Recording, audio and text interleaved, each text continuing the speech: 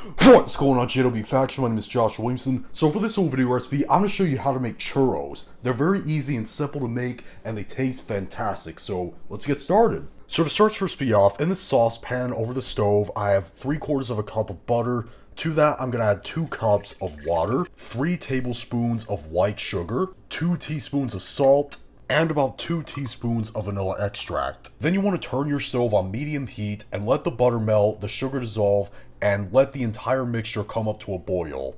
Once it comes up to a boil, turn the heat off and add 2 cups of all-purpose flour. And then stir the flour in until it forms a dough. After you made the dough, transfer it over to a stand mixer and let it cool down for about an hour. After the dough is cooled down, what you want to do now is add 6 eggs plus 2 egg yolks. And mix them in with the dough until they're well combined.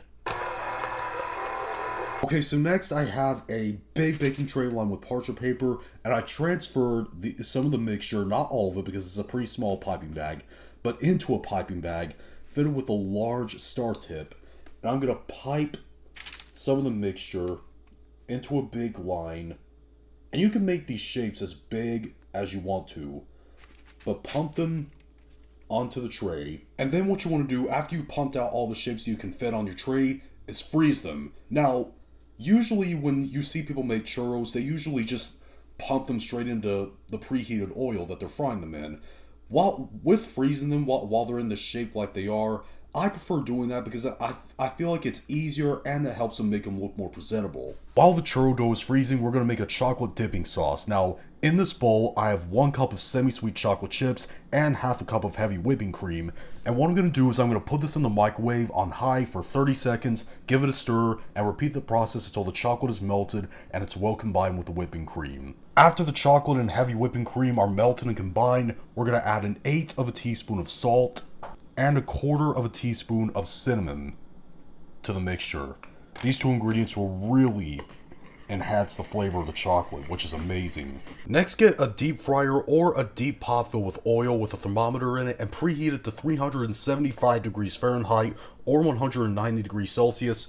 And first of all, those churro dough pieces that I put on the tray and put in the freezer, they're still not done freezing yet, but I have a lot of extra churro dough left in this piping bag, and I'm going to show you the traditional way of starting to fry the churros. Just take some mixture, pipe it out straight into the oil, and then take a pair of scissors, and then just simply cut it off. Now, that's usually how it's done. I'll put maybe a maximum of 2 or 3 in the oil. Then just let them fry on each side for about 3 to 4 minutes or until they turn a nice golden brown color.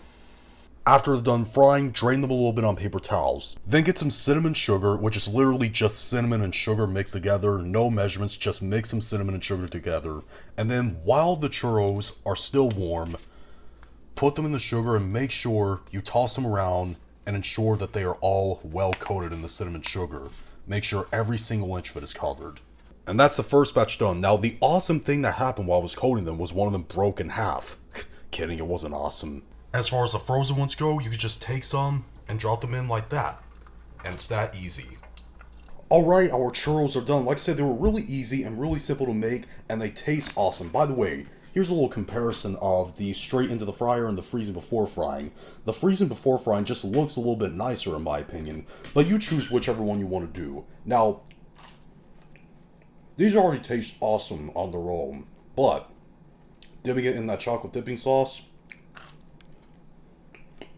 game changer. But if you tried these out, leave in the comment section down below and tell me what you thought, whether you liked it or you hated it. If you liked this video, thumb it up, hate this video, thumb it down, and be sure to click subscribe to become a member of the JW Faction. I'll enjoy 10,000 subscribers. See you later.